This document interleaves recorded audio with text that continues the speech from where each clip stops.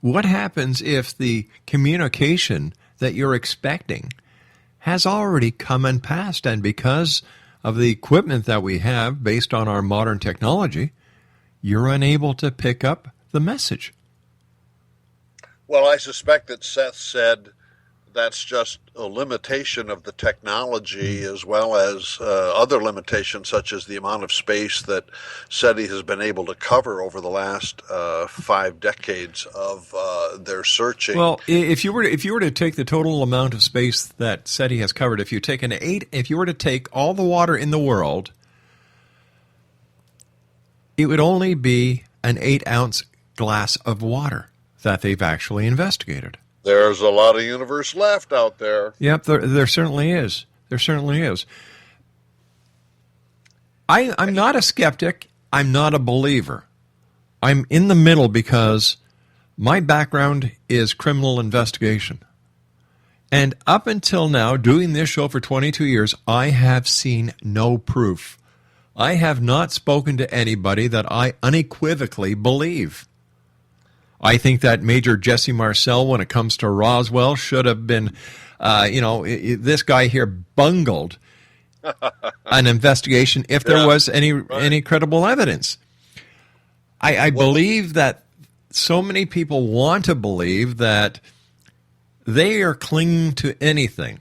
And I think, and I believe, that the Internet has spawned so much disinformation that I consider the Internet to be the biggest septic tank that man has ever created. Well, I think Seth Shostak from SETI would tend to agree with you that, from his point of view, there is insufficient evidence gathered in the UFO phenomenon to prove persuasively or demonstrate persuasively that we are being visited.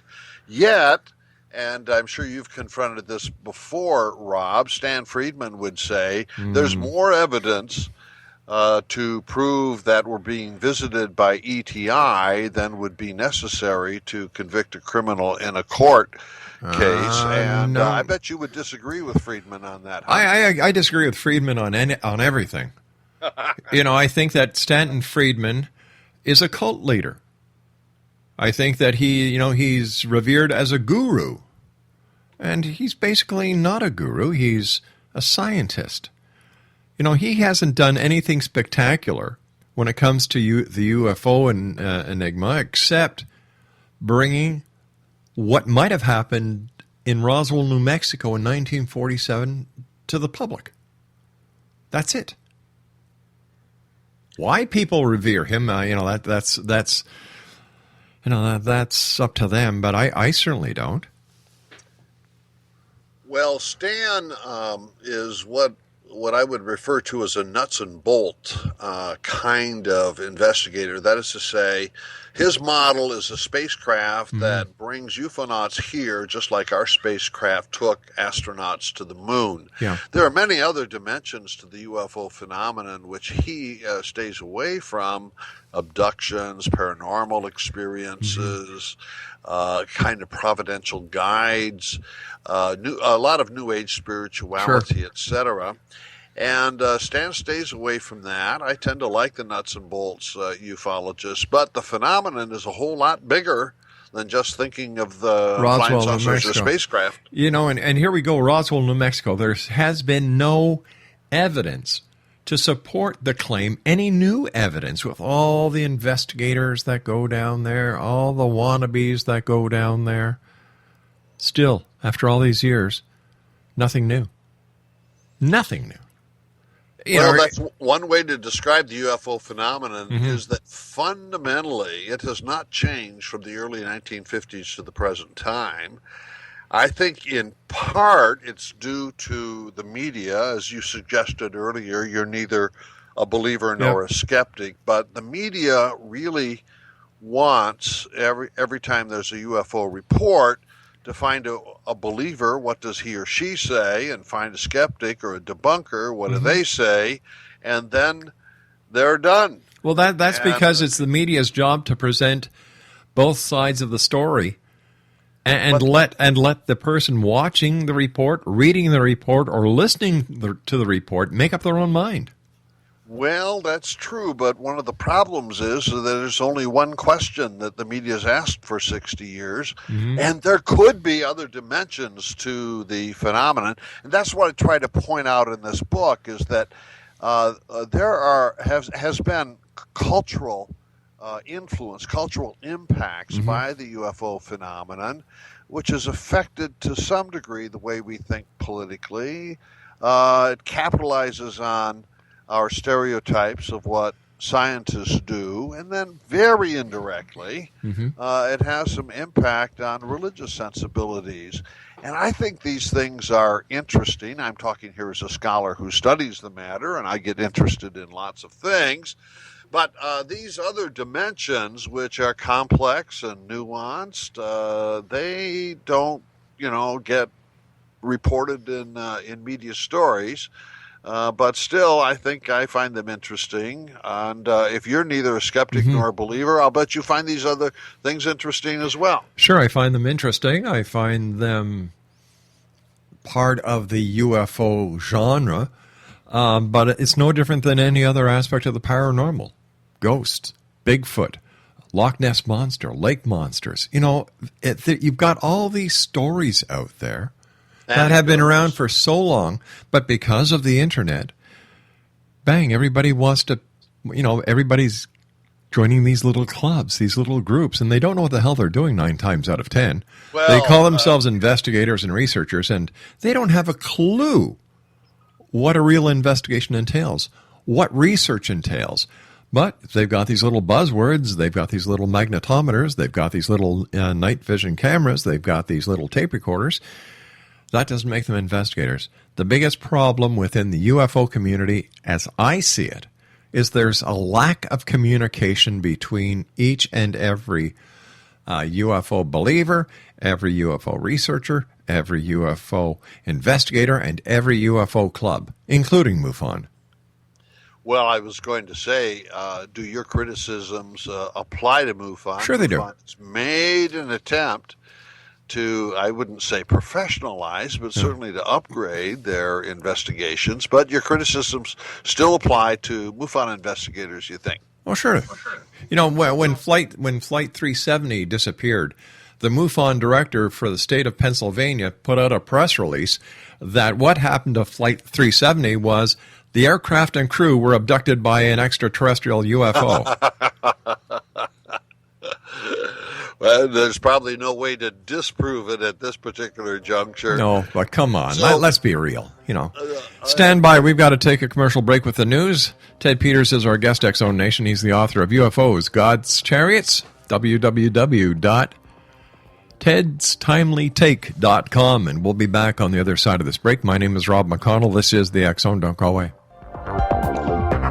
Well, Rob, I hope you don't mind if I ask you questions. It sounds to me like... Are you considering calling a psychic to read your situation? Then consider David Champion, a psychic medium for more than 20 years with thousands of readings under his belt. David Champion will make you feel comfortable. He has proven to be honest and accurate. He's a straight shooter. There's no guesswork.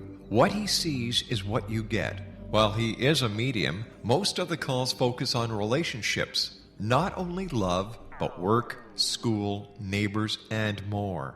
Need help with finding a job and preparing for the interview? Are you dealing with people who are obstacles in your path? For more information, go to davidchampion.com, $1.50 per minute paid by credit card with a minimum of 30 minutes. For your reading with David Champion, call 1-877-702-8598. That's 1-877-702-8598.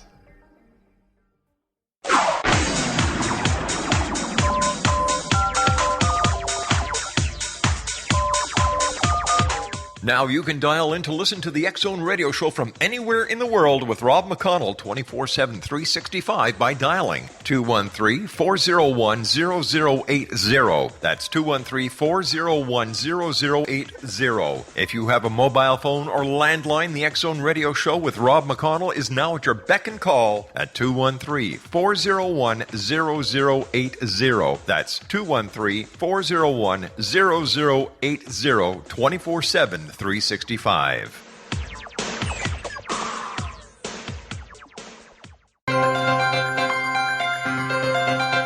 This is the X-Zone Broadcast Network, broadcasting worldwide on broadcast affiliates and satellite program providers, including CNN Broadcast Network, Sirius Satellite Network, Star Media, Good News Radio Network, Angel Broadcast Network, Wiki Broadcast Network, and WPBN TV. For more information on the X-Zone Broadcast Network, visit us at www.xzbn.net.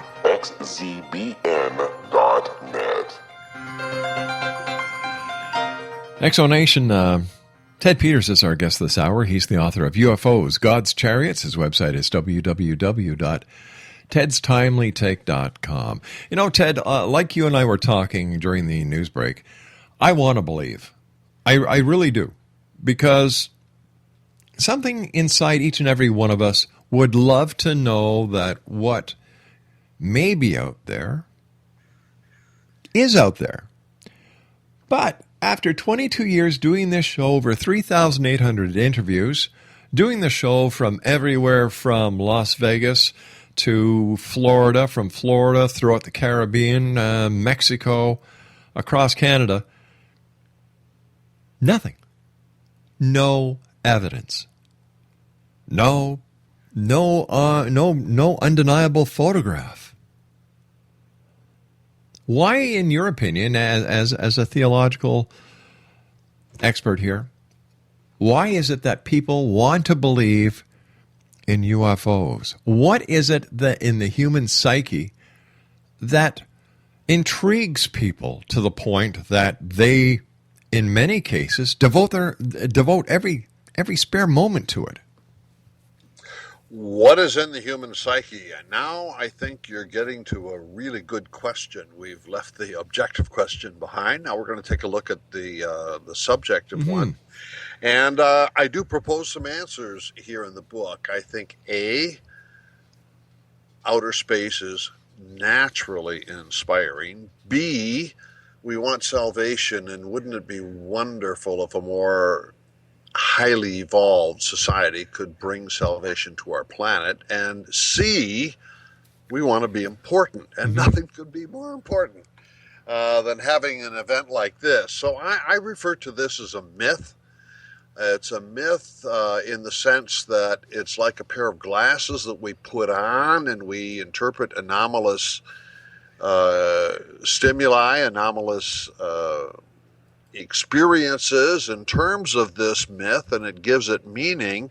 And one of the cases I want to make, which would bother Seth Shostak, is that SETI and the UFO community hold the same myth. They have the same fundamental mythological beliefs, some of which are scientific, but some of them are not scientific. Yet this myth makes it all meaningful, all worthwhile to get our hopes and expectations up that finally, someday, from the sky, will drop down all the goodies that a future science and technology could give us. I don't think that's going to happen. Well, if not, why not? I would say it's not likely to happen because it's based upon imagination rather than upon good science or good evidence.